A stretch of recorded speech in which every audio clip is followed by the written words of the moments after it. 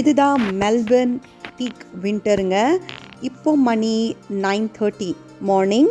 எப்படி இருக்குன்னு பாருங்கள். ஹாய், ஹலோ, வணக்கம். எல்லோரும் எப்படி இருக்கீங்க? நான் நல்லா இருக்கேங்க. நீங்களும் நல்லா இருக்கீங்கன்னு நான் நம்புகிறேன். சில்லுன்னு இருக்கிற வெதருக்கு ஒரு சூடாக ஒரு காஃபியும் நம்ம பெங்களூர் ஸ்டைல் ஸ்ட்ரீட் ஃபுட் மசால் பூரி இருந்தால் எவ்வளோ நல்லாயிருக்கும்னு யோசித்தேன். இன்றைக்கி அதுதான் நான் பண்ண போகிறேங்க. பெங்களூர் ஸ்ட்ரீட் ஸ்டைல் மசால் பூரி. வாங்க எப்படி பண்ணுறதுன்னு பார்க்கலாம்.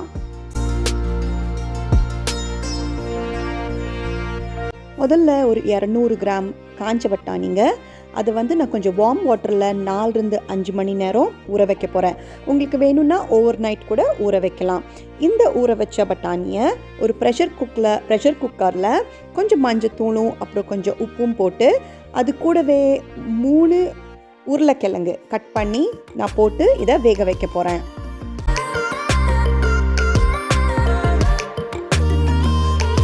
நான் செய்கிற இந்த மசால் பூரி ஒரு 6-8 பிளேட் அளவுக்கு வருங்க. அண்ட் இது ரொம்ப சிம்பிள் அண்ட் ரொம்ப சூப்பராக பண்ணலாம். எப்படின்னு நீங்கள் போக போக தெரிஞ்சுக்க போகிறீங்க.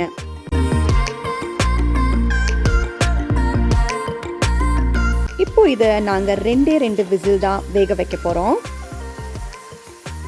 மசாலா பூரிக்கு மசாலா வேணும் இல்லையா? அதுக்கு தேவையான பொருட்கள் நான் இங்கே எடுத்து வச்சுருக்கேன்.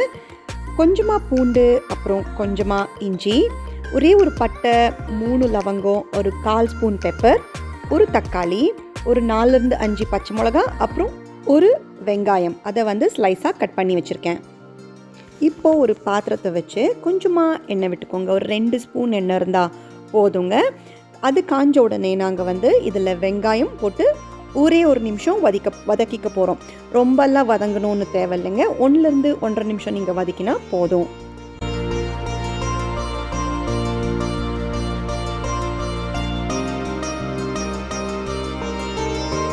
இதுக்கு 10-15 பல் பூண்டியும் அப்புறம் எடுத்து வச்ச 4-5 பச்சை மிளகாவையும் போட்டு மறுபடியும் 1-2 நிமிஷம் வரைக்கும் வதக்கிட்டு இதை ஆஃப் பண்ணி ஆற வச்சுருங்க.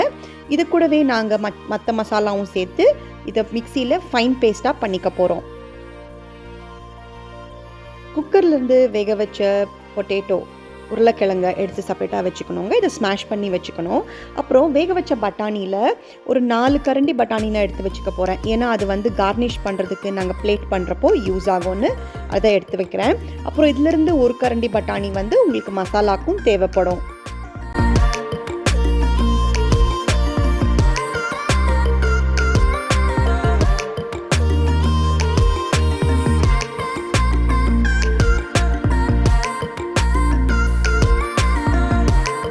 இப்போது புதினா தலை, கொத்தமல்லி, டொமேட்டோ எடுத்து வச்சுருந்தோம் இல்லையா, அதை கட் பண்ணி வச்சுருக்கேன். அப்புறம் கொஞ்சம் இஞ்சி, அப்புறம் பட்டை, லவங்கம், அப்புறம் பெப்பர் எடுத்து வச்சுருந்தோம் இல்லையா, இது எல்லாத்தையும் நாங்கள் மிக்சியில் போட போகிறோம். ஏற்கனவே நாங்கள் வதக்கி வச்சதை நான் மிக்சியில் போட்டிருக்கேன். இது எல்லாத்தையும் மிக்சியில் சேர்த்து ஒரு ஃபைன் பேஸ்ட்டாக நாங்கள் அரைச்சிக்கணும். தண்ணி எதுவும் இப்போ ஊற்றணும்னு தேவையில்லைங்க. ஏன்னா டொமேட்டோ போட்டு தான் நாங்கள் இதை கிரைண்ட் பண்ணிக்க போகிறோம். ஸோ தண்ணியே அதில் வரும். அதுக்கு மிஞ்சி வரணுன்னா நீங்கள் கொஞ்சமாக போட்டு இதை ஃபைன் பேஸ்ட்டாக நீங்கள் மிக்சியில் கிரைண்ட் பண்ணிக்கோங்க. இந்த மசால் பூரிக்கு மசாலா ஒருத்தர் ஒரு விதமாக செய்வாங்கங்க. எனக்கு இது மைல்டாகவும் படும். அப்புறம் இது சாப்பிட்டா வயிறும் எரியாது, அப்புறம் நெஞ்சும் எரியாதுன்னு சொல்லி தான் நான் இந்த மெத்தடை ஃபாலோ பண்ணுறேன். நீங்கள் ஒரு வாட்டி பண்ணி பாருங்கள். இப்போ இதுக்கு எடுத்து வச்சோம் இல்லையா ஒரே ஒரு கரண்டி பட்டாணி, அதையும் நாங்கள் சேர்த்து இதுலேயே நல்லா ஃபைன் பேஸ்ட்டாக ஆட்டிக்கணும்.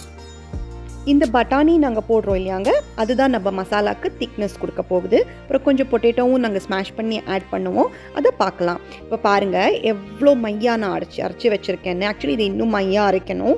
ஸோ நான் இன்னொரு வாட்டியும் அரைச்சிட்டு இதை நான் ரெடி பண்ணிக்க போகிறேன். ஸ்மாஷ் பண்ண உருளைக்கிழங்க நான் கொஞ்சம் மசாலாக்கும் போட போகிறேன். இன்னும் கொஞ்சம் கார்னிஷ்க்கு வச்சுக்கிறேன்.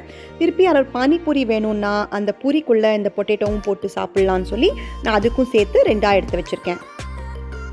இப்போது பாத்திரத்தில் நாங்கள் வேக வச்ச பட்டாணியை போட்டு நல்லா கொதிக்க வைக்கணுங்க. கொஞ்சம் நீங்கள் கனமான பாத்திரம், அப்புறம் கொஞ்சம் பெருசாக எடுத்துக்கோங்க. ஏன்னா மசாலா நீங்கள் பெருக்க போகிறீங்க. ஸோ நல்லா இது கொதித்ததும் தான் நாங்கள் பேஸ்ட் பண்ணி வச்ச மசாலாவை இதில் போட்டு அதையும் மிக்ஸ் பண்ணி ஏதாவது உப்பு போட்டு அப்புறம் செக் பண்ணி அது கன்சிஸ்டன்சி நாங்கள் அதை ரெடி பண்ணிக்க போகிறோம். மசாலாவும் சேர்த்ததுக்கப்புறம் இது நல்லா கொதிக்குதுங்க. இப்போ நான் உப்பையும் பார்க்க போகிறேன். அப்புறம் ஏதாவது கரம் மசாலா தேவைப்படுதா, இல்லை உங்கள் வந்து டேஸ்ட்டுக்கு ஏற்ப இந்த ஸ்டேஜில் இங்கே கரம் மசாலா போட்டுக்கலாம், இல்லை காரப்பொடி போட்டுக்கலாம், என்ன வேணால் போட்டுக்கலாம். ஆனால் நான் எதுவும் போட போகிறதில்ல. எங்களுக்கு வந்து ரொம்ப மைல்டாக தான் இது பிடிக்கும். ஏன்னா நாங்கள் இதுக்கு க்ரீன் சட்னியும் ஸ்வீட் சட்னியும் கூட ஆட் பண்ண போகிறோம் சாப்பிடும்போது. ஸோ எங்களுக்கு இந்த காரம் பத்தும். உங்களுக்கு வேணும்னா நீங்கள் கரம் மசாலா ஆட் பண்ணி இந்த ஸ்டேஜில் மறுபடியும் கொதிக்க வைக்கலாம். அப்புறம் இது கொஞ்சம் திக்னஸ் வரதுக்காக நான் என்ன பண்ண போகிறேன்னா, எடுத்து வச்ச உருளைக்கிழங்கையும் இதில் சேர்த்து நான் நல்லா இதை மிக்ஸ் பண்ணி தண்ணி ஊற்றி எந்த கன்சிஸ்டன்சியில் வேணுமோ அந்த கன்சிஸ்டன்சியில் இதை நான் ரெடி பண்ணிக்க போகிறேன்.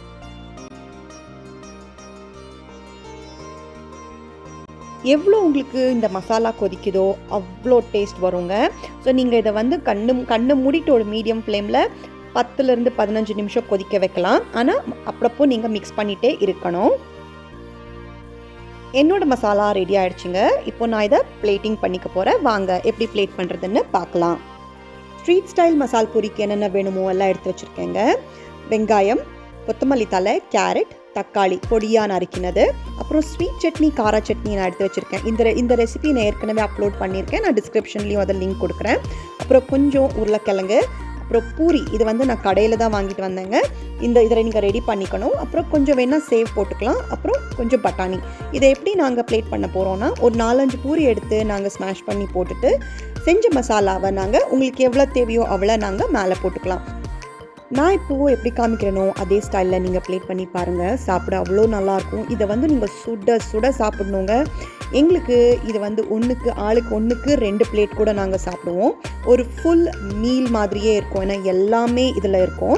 ஸோ நீங்கள் மேலே வந்து செஞ்சு வச்ச மசாலா போட்டுட்டு கொஞ்சம் ஸ்வீட் சட்னி, கொஞ்சம் கார சட்னி, அப்புறம் கொஞ்சம் உருளைக்கிழங்கு, அப்புறம் ஆனியன், பொட்டேட்டோ, அப்புறம் டொமேட்டோ, கேரட், கொத்தமல்லி தழை இதெல்லாம் போட்டு மேலே கொஞ்சம் சேவை தூவி நீங்கள் சாப்பிட்டு பாருங்கள். அமிர்தங்க, அவ்வளோ நல்லாயிருக்கும். நீங்கள் வந்து இது வந்து நீங்கள் எப்போவுமே செஞ்சு சாப்பிடுவீங்க. எங்களுக்கு இது வந்து மாதத்துக்கு 2 வாட்டி நான் கண்டிப்பாக செய்வேன். நாங்கள்லாம் அவ்வளோ என்ஜாய் பண்ணுவோம். ஹோப்ஃபுல்லி நீங்களும் என்ஜாய் பண்ணுவீங்கன்னு நான் நினைக்கிறேன். ஸோ நெக்ஸ்ட் டைம் உங்களை நான் இன்னொரு வீடியோவில் பார்க்குறேன். அது வரைக்கும் டேக் கேர், பாய். நாங்கள் வந்து இதை ரொம்ப ரசித்து சாப்பிட்டோங்க. நீங்களும் இதை ஒரு வாட்டி ட்ரை பண்ணி என்ஜாய் பண்ணி உங்கள் ஃபேமிலி கூட ஷேர் பண்ணுங்கள்.